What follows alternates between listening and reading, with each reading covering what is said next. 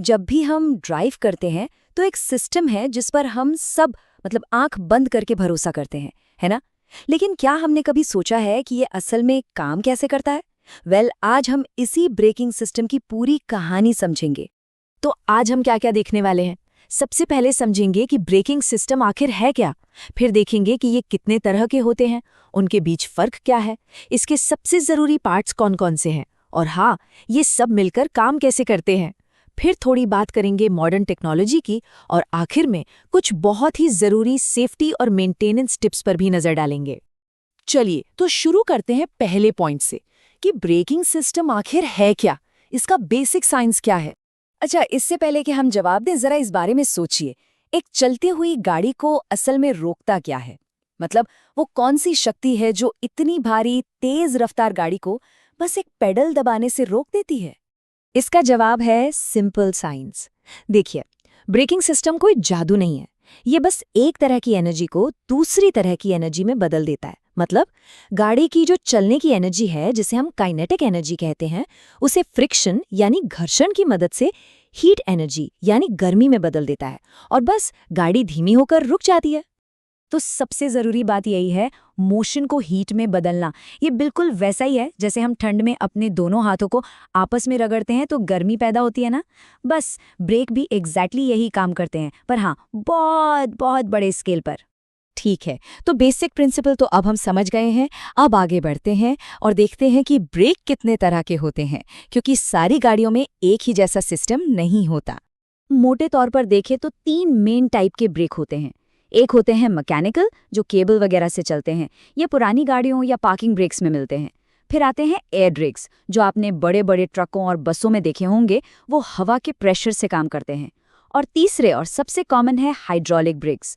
यही वो सिस्टम है जो आजकल की ज्यादातर कारों और बाइक्स में लगा होता है, और आज हम इसी पर ज्यादा फोकस करेंगे।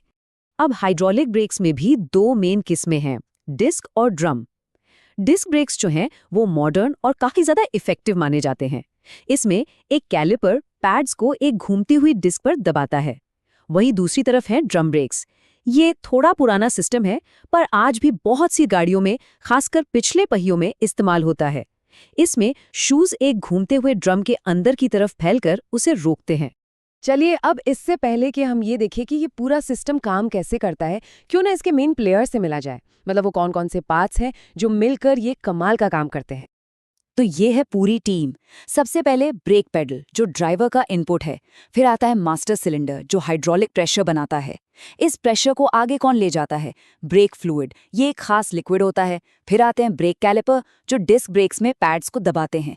और हाँ, ब्रेक पैड्स या शूज असल में फ्रिक्शन तो यही पैदा करते हैं, और किस पर? घूमने वाली डिस्क या ड्रम पर। तो अब जब हम सारे खिलाड़ियों को जानते हैं, तो चलिए देखते हैं कि ये पूरी टीम एक साथ मिलकर, पेडल दबाने से लेकर गाड़ी के रुकने तक क्या करती है। तो पूरी प्रोसेस कुछ ऐसे चलती है। स्टेप 1, ड्राइवर ब्रेक पेडल दबाता है। स्टेप 2, मास्टर सिलेंडर उस फोर्स को हाइड्रोलिक प्रेशर में बदल देता है। स्टेप 3, ये प्रेशर ब्रेक फ्लूइड के जरिए तुरंत ब्रेक लाइन से होता हुआ पहियों तक पहुंचता है। स्टेप 4, वहां पहुंचकर ये प्रेशर कैलिपर्स को मजबूर करता है कि वो ब्रेक पैड्स को घूमती हुई डिस्क पर जोर से भींचे। स्टेप 5, बस जैसे ही पैड्स और डिस्क मिलते हैं, जबरदस्त फ्रिक्शन पैदा होता है, जो मोशन को हीट में बदल देता है। और फाइनल स्टेप, नतीजा ये होता है कि गाड़ी धीमी होती है और फिर रुक जाती है, और ये सब पलक झपकने से भी तेज होता है।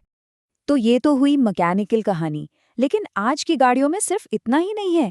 अब तो इलेक्ट्रॉनिक्स ने इस पूरे सिस्टम को और भी ज्यादा स्मार्ट और सेफ बना दिया है। चलिए देखते हैं कैसे। यहाँ बात हो रही है ABS यानी एंटी लॉक ब्रेकिंग सिस्टम की, और यकीन मानिए ये गेम चेंजर है। देखिए, नॉर्मल ब्रेक्स में अगर अचानक जोर से ब्रेक मारें तो पहिए लॉक हो सकते हैं, घूमना बंद कर सकते हैं, और जब ऐसा होता है तो गाड़ी फिसलने लगती है, स्टीयरिंग पर कोई कंट्रोल नहीं रहता। लेकिन ABS क्या करता है? ये पहियों को लॉक होने ही नहीं देता। ये उन्हें बहुत तेजी से पंप करता है, जिससे हार्ड ब्रेकिंग के दौरान भी स्टीयरिंग पर कंट्रोल बना रहता है। कभी अगर जोर से ब्रेक लगाने पर पैडल में एक वाइब्रेशन सी महसूस हो, तो समझ जाइएगा वो ABS ही है जो अपना काम कर रहा है। और ABS का साथ देने के लिए और भी सिस्टम्स हैं, जैसे EBD यानी इलेक्ट्रॉनिक ब्रेक फोर्स डिस्ट्रीब्यूशन। इसका काम ये देखना है कि किस पहिए को कितनी ब्रेकिंग पावर की जरूरत है ताकि गाड़ी स्टेबल रहे। और एक होता है ब्रेक असिस्ट। अगर ये सिस्टम भांप लेता है कि ड्राइवर इमरजेंसी में है लेकिन उसने पूरा जोर नहीं लगाया, तो ये अपने आप मैक्सिमम ब्रेकिंग फोर्स लगा देता है। ये तीनों मिलके ब्रेकिंग को सच में बहुत सेफ बना देते हैं। तो अब आते हैं सबसे जरूरी हिस्से पर। इतना कुछ जानने के बाद ये भी तो पता होना चाहिए कि इस सबसे जरूरी सेफ्टी फीचर का ख्याल कैसे रखा जाए। यहाँ एक छोटी सी पर बहुत जरूरी मेंटेनेंस चेकलिस्ट है। पहला, ब्रेक फ्लूइड को हमेशा टाइम पर बदलवाएं। दूसरा, जब ब्रेक पैड्स घिस जाएं तो उन्हें बदलवाने में देर ना करें।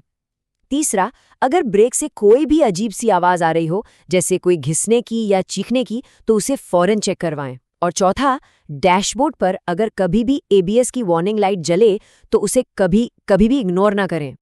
तो बस, अब ये सब जानने के बाद अगली बार जब गाड़ी चलाते हुए ब्रेक पर पैर रखेंगे ना, तो एक पल के लिए जरूर सोचिएगा, वो सिर्फ एक पैडल नहीं है जिसे दबाया जा रहा है, उसके नीचे एक पूरा कॉम्प्लेक्स सिस्टम काम कर रहा है। फिजिक्स और इंजीनियरिंग का एक कमाल का संगम, जो हर सफर को सुरक्षित बनाने के लिए हमेशा तैयार रहता है।